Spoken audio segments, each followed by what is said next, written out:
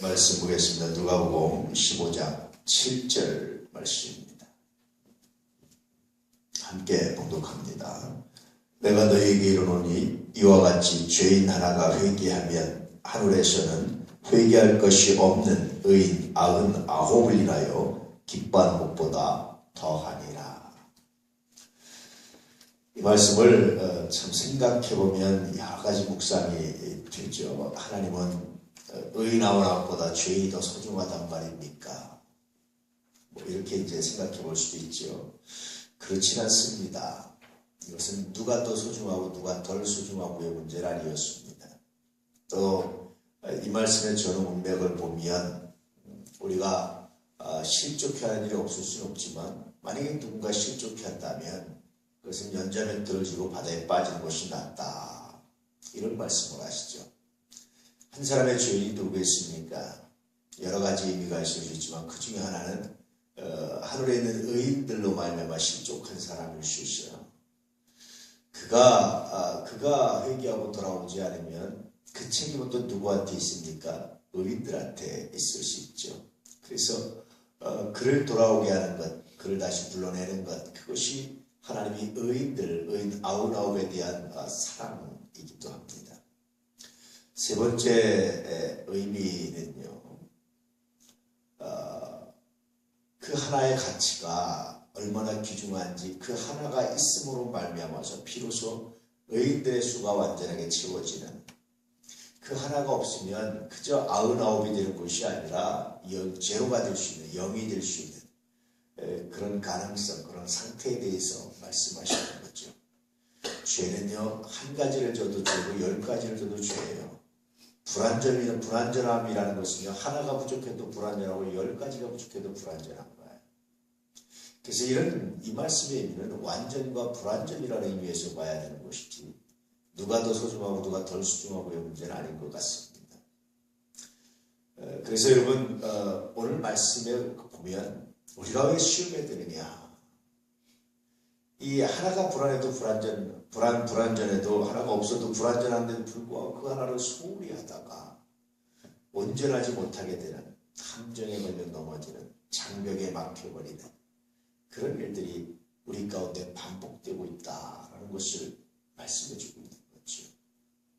하루를 살면서 우리가 정말 소중하게 여겨야 될 것들이 무엇인지를 한번 생각해 볼 수 있길 바랍니다.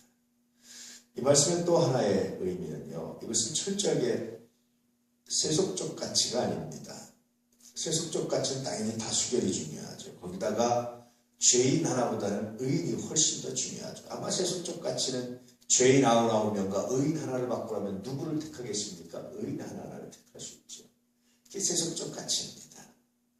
예전에는요, 왕을 지키기 위해서 신하들이 무수히 죽어갔습니다. 왕을 지키기 위해서.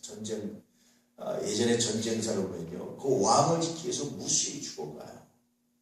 그 왕이 또 중요한 겁니다. 자기들 전체보다. 왕이 있어야 나라가 된다. 자기들은 죽어도 괜찮다. 이런 생각이거든요. 세속적 가치입니다. 그런데 성경은요, 우리들을 위해서 왕이 죽습니다. 이게 성경입니다. 만왕의 왕이신 예수가 죽습니다. 이게 성경의 가치예요. 세속적 가치는 의인이 더 중요합니다. 그런데 하나님 나라의 가치는 죄인이 중요해요.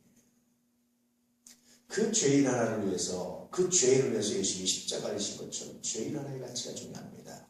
그래서 이 말씀의 또 다른 의미는 그리스도의 십자가의 의미를 밝혀주고 있는 그런 말씀이기도 합니다.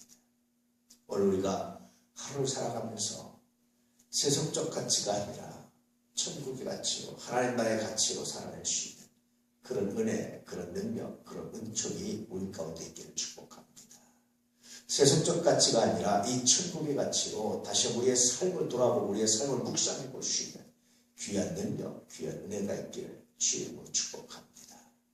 그럴 때 우리가 시험에 들지 않을 수 있는, 시험에서 벗어나는, 시험에 빠지지 않는, 악의 유혹에 넘어지지 않는, 악의 함정에 빠지지 않는 하나님의 놀라운 은혜가 있다라고 말씀해 주셨죠.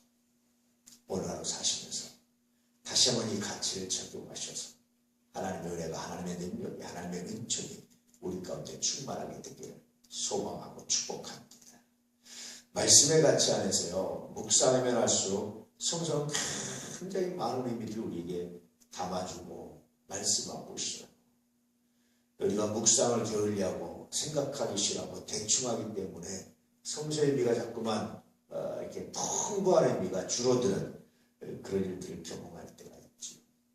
오늘 말씀의 의미를 다시 한번 생각해보면서 내 삶이 어떻게 적용해야 될지, 내가 어떻게 주님을 따라야 될지를 묵상할 수 있는 은혜가 있기를 축복합니다. 사실 저 십자가를 하면서 굉장히 다양한 여러분들의 생각, 이거 좀 만나고 싶었습니다. 굉장히 다양한 그런 생각들, 고민들, 그래서 다양하게 바라보는 그런 관점들, 그런 걸 좀 만나보고 싶었어요.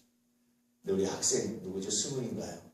그 아이가 쓰는 거야. 아주 감동을 받았어요. 연약한 빨대지만 속에 철심이 들어가면 단단해지듯이 마치 그게 우리 연약한 질그릇에 보배가 담겼다라는 의미, 예수로 말미암아 연약하지만 내가 강해졌습니다라는 그런 의미, 이런 의미를 만나는 것 같아서 야, 이거 참 아이치고 굉장히 탁월하게 잘 썼다, 의미 있게 만들었다 십자가를, 그런 생각이 들어서 아주 기특한데요. 물론 다 하나하나 의미가 있습니다.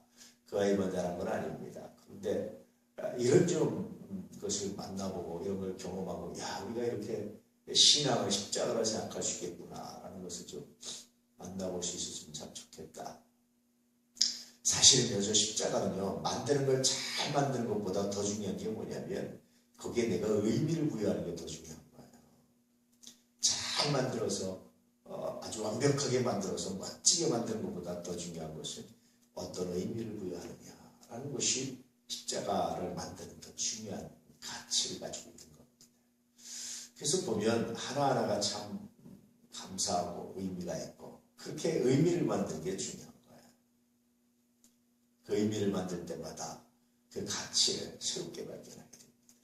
오늘은 특별히 시험을 묵상하시면서 하나의 가치를 새롭게 발견하고 그 의미를 만들어가는 귀한 날 되시기를 축복합니다.